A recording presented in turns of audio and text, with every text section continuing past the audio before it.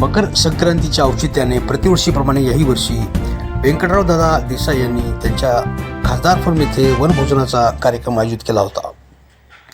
पंचक्रोशीत देसाई परिवार हा संक्रांत भोजनाचा कार्यक्रम आयोजित करीत असतात. यासाठी आसपासच्या गावातील सर्व पक्षी नेते, सामाजिक कार्यकर्ते, नातेवाईक, पाहुणे मंडळी मोठ्या प्रमाणावर या वनभोजनाचा आस्वाद घेतला. मेथीची भाजी, कांदा, वांगी, गोबी, पालक, देवलांगर यांच्यासह सर्व डाळी असे विविध भाजीपाला एकत्रित करत ज्वारीच्या भाकरीची जोड असल्याने आलेल्या सर्व मान्यवरांनी या वनभोजनाचा स्वाद घेतला. सोबतच पान सुपारी असा परिपूर्ण कार्यक्रम पाहावयास मिळाला.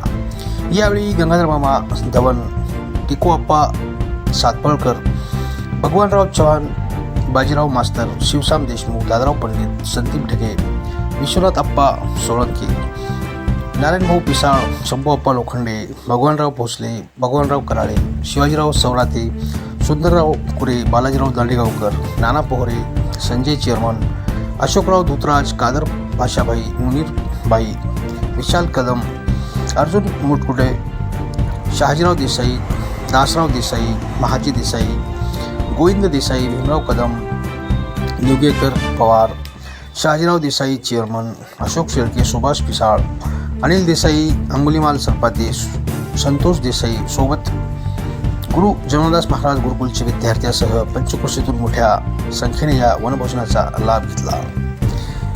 सर्वांचे आभार व्यंकटराव दादा देसाई, जगदीश देसाई, संदेश देसाई यांनी मानले.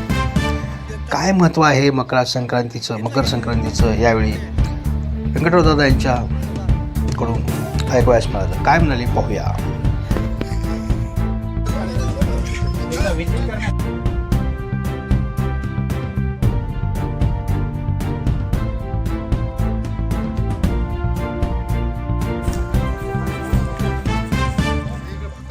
दादा, आज आपण पंचक्रोशीत हा कार्यक्रम राबवत आहे, संक्रांत जेवण. काय याचं वैशिष्ट्य आहे? तुम्हाला का वाटतं की असं हे आपण केलं पाहिजे? हे बघा, हे कसं आहे, आता आपल्या पंचक्रोशीमध्ये आमच्या पहिले वडीलपार्जित गावामध्ये कार्यक्रम होत होता.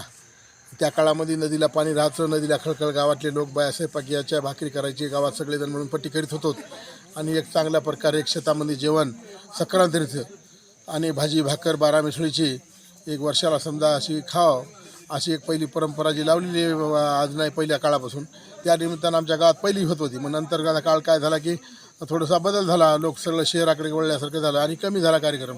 मग त्यावेळेस माझ्या लक्षात असं आलं की आपण हे संक्रांतीचा, मकर संक्रांतीचा कार्यक्रम आपण जेवणाचा करायला पाहिजे, बोलवायला पाहिजे. आपले हे दोस्त मंडळी, सोयरे जे गोत आहे आपलं, तिला बोलवायला पाहिजे. म्हणून आम्ही ह्या निमित्तानं आमचा मुलगा जगदीश, संदेश, आम्ही असा विचार केला. पहिले मी करीत असतो कार्यक्रम, वर्षातून 4 दिवस होता. तर हे एक मग शेती आपण एक म्हणलं मकर संक्रांतीचा कार्यक्रम आपल्या शेती आपण करू चांगला.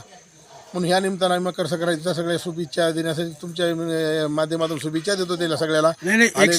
देतो. या संक्रांतीचं काय महत्त्व आहे? संक्रांतीचं महत्त्व दादा कसं आहे, फार महत्त्व आहे. हे चंद्र धरती, सूर्य जवळ येते धरतीच्या, सूर्य, आणि त्याचा प्रकाश माणसावर पडला पाहिजे म्हणून पतंग उडल्या जाते. आणि 12 मिसळ्याची भाजी त्यावेळेस खाली पाहिजे, त्याचे ते किरण अंगावर पडतात. त्याचं फार महत्त्व माणसाच्या आरोग्यावर अवलंबून हे सगळं. हे तांत्रिकदृष्ट्या सगळं हे तेवढं काय मला माहिती नाही. पण याच्यातली अशी सांगतात आमचे की बाबा पृथ्वी त्या दिवशी जवळ येते, सूर्याच्या जवळ जाते आणि उन्हाचा जे हे असते त्यावेळेस 12 जेवण करायला पाहिजे. आपण सगळ्यांनी म्हणून शेतात राहिलं पाहिजे त्या दिवशी. हे महत्त्व आहे फार मोठं पहिल्या युगापासून. यामुळं आम्ही सुद्धा ते परंपरा वडिलापासून आमच्या दत्तराव देसाईनं राबविली, आम्ही राबविली, पण आम्ही राबवलोत, आमचे मुलंही राबवलीत. या निमित्तानं आम्ही आपल्या पंचक्रोशीमध्ये दोन्ही कालगाव, चुडावा, इकडे सर्कल, लिंबगावची माणसं, वसमतपासून पाहुणे रावणे सगळे बोलून जेवणाचा कार्यक्रम एक आनंद घेतला. आणि आज सगळ्याला तिळगुळ वाटले. तिळगुळ घ्या, गोडगोड बोला. एक वर्षाला समजा लावलेलं आहे आपले जे कार्यक्रम, आपल्या हिंदू संस्कृतीमध्ये जे लावले ते भारतामध्ये हे कार्यक्रम इतके अतिशय छान आहेत. फक्त याचा उपयोग घेतला पाहिजे मला वाटते प्रत्येकानं.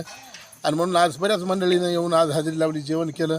मी त्यांचेसुद्धा सगळ्याचे आभारी आहे मानतो. जेवण केलं ते. आणि आम्हाला असं वाटलं की एकंदरीत जिल्हा परिषद लागलेली आहे. नाही, जिल्हा परिषद आज लागली. या निमित्तानं सगळी मंडळी एकत्र दिसली. 8 दिवसापासून आमची तयारी चालली होती. हे जिल्हा परिषदचा कार्यक्रम नाही. जिल्हा परिषद सगळी मागासवर्गीला दोन्ही सुटलेल्या, दोन्हीकडून आम्हाला ओपनवाल्याला तर जागा कुठे नाही, पंचायत समिती नाही, त्याचा काही हेच नाही याच्या मागला नाही. याच्यामध्ये कोणा पक्षाचं काहीच नाही. प्रत्येक पक्षाची माणसं इथं होती. फक्त माझे मित्र आता कोण्याही पक्षात आहेत माझे मित्र फार जास्त आहेत. मी प्रत्येकाला महत्त्व देतो. जे करायचं ते काम आपण आपलं करायचं, पण दोस्ताना कधी आपण चुकू देत नाही, मोड देत नाही. कोण्याही पक्षात द्या, कुठे काका राहू द्या, कोणी भाजपमध्ये असू द्या, कोणी काँग्रेसमध्ये राहू द्या. माझ्या घरामध्ये असं लावलं आहे की माझ्या वडिलापासूनच असं आहे, आम्ही तत्त्वाचे बांधून तत्त्वाचं आम्ही कोणासंग हेट होतो. वैयक्तिक असा आमचा कोणाचा काही रोष नसते, म्हणून आम्ही तत्त्वानं सगळं त्या माणसांना भांडतो. आणि तत्त्वाचं संपलं की आमचं संध्याकाळी सगळं एकत्र गावामध्ये आमची परंपरा आहे अशी. धन्यवाद.